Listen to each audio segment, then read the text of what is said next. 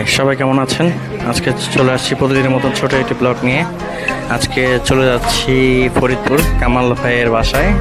সকাল সকাল সবাই বের হয়ে বললাম, সবাই ব্যাগ ট্যাগ রেডি করতেছে। এখনই আমরা রওনা দিব ফরিদপুর উদ্দেশ্যে।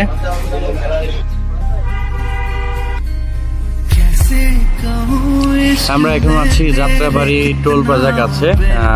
টোল দিয়ে আমরা ঢাকা মাওয়া হাইওয়ে এক্সপ্রেসওয়ে আমরা ফরিদপুর মধুপুরে যাব কামাল ভাইয়ের বাড়িতে।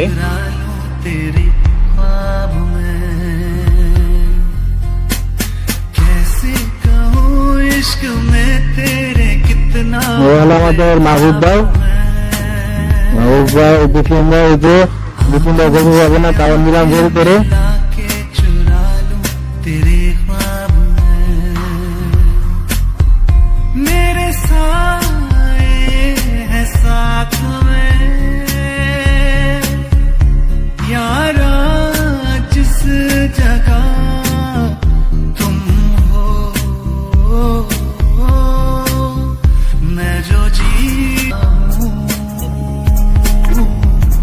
আমরা পদ্মা সেতু টোল প্লাজার কাছাকাছি, সেখানে দাঁড়িয়ে কিছু ছবি তুলে ফেললাম।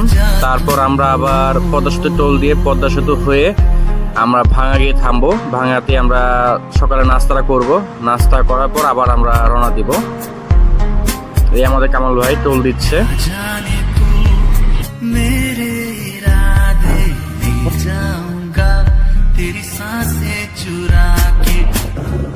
मेरी खुशनुमा सुबह तुम हो।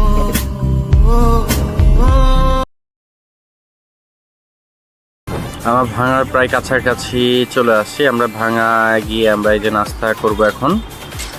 সবারই অনেক ক্ষুধা লাগছে, সকালে কিছু খাওয়া দাওয়া হয় নাই, তাই এখানে সবাই খাওয়া দাওয়া করে আমরা আবার যাব। সকালে নাস্তা করে ফেললাম, পরোটা, ভাজি, ডিম। খাওয়া দাওয়া শেষ করে আমরা আবার রওনা দিচ্ছি।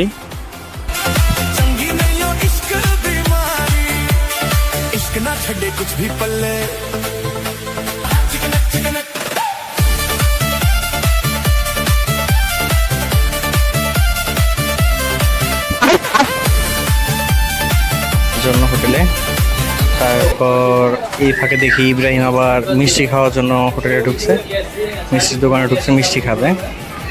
নাস্তা করছে, এখন আবার মিষ্টি খাবে। যা দেখে তাই খায়, খাদক মিষ্টি খায়। এটা হলো মধুখালী বাজার। মধুখালী বাজার মাঝখান দিয়ে আমরা ইব্রাহিমকে হারিয়ে ফেলছি। ইব্রাহিমকে প্রায় 1 ঘন্টা পরে খুঁজে পাইলাম, পাওয়ার পর রওনা দিলাম। পরে জানতে পারি ইব্রাহিম মিষ্টি খাওয়ার পর মিষ্টি পকেটে ঢুকেছে পলিথিনের মধ্যে।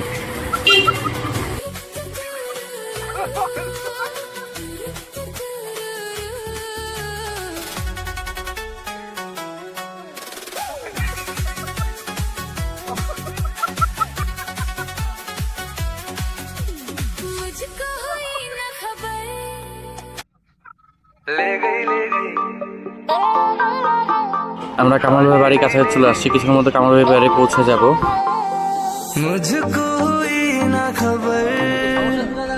এই হলো কামাল ভাইয়ের বাসা। কামাল ভাইয়ের বাসা উঠানে বসে সবাই আড্ডা দিচ্ছি।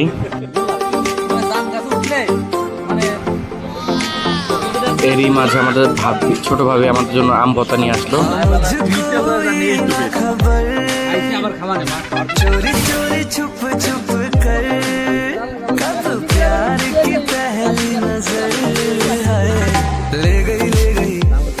আম ভর্তা খাওয়ার পর ডাব খেলাম। ডাব খাওয়ার পর আমরা চলে গেলাম নদীতে সবাই মিলে গোসল করার জন্য। এই মা এই অবস্থা দেখেন কি।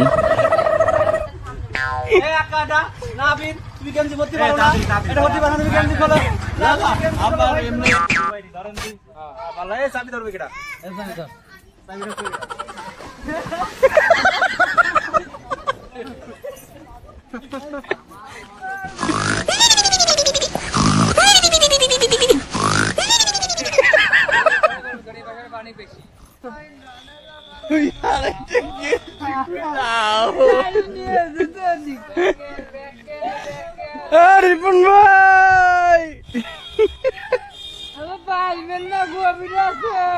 রিপন ভাই শরীরের বার বেশি। ওই যে মাছটা সাদা দেখতেছেন না, হ্যাঁ ওই জানো স্যার এই অঞ্চলে অতি গভীর আছে। হ্যাঁ হ্যাঁ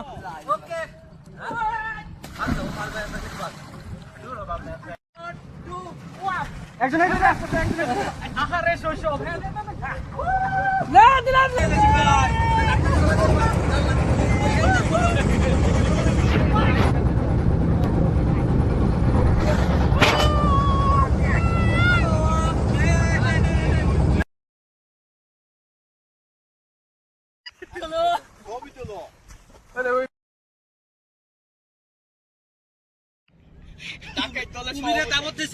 ঠিক আছে, পরের মাছ চুরি করতে দাবর খাইছে।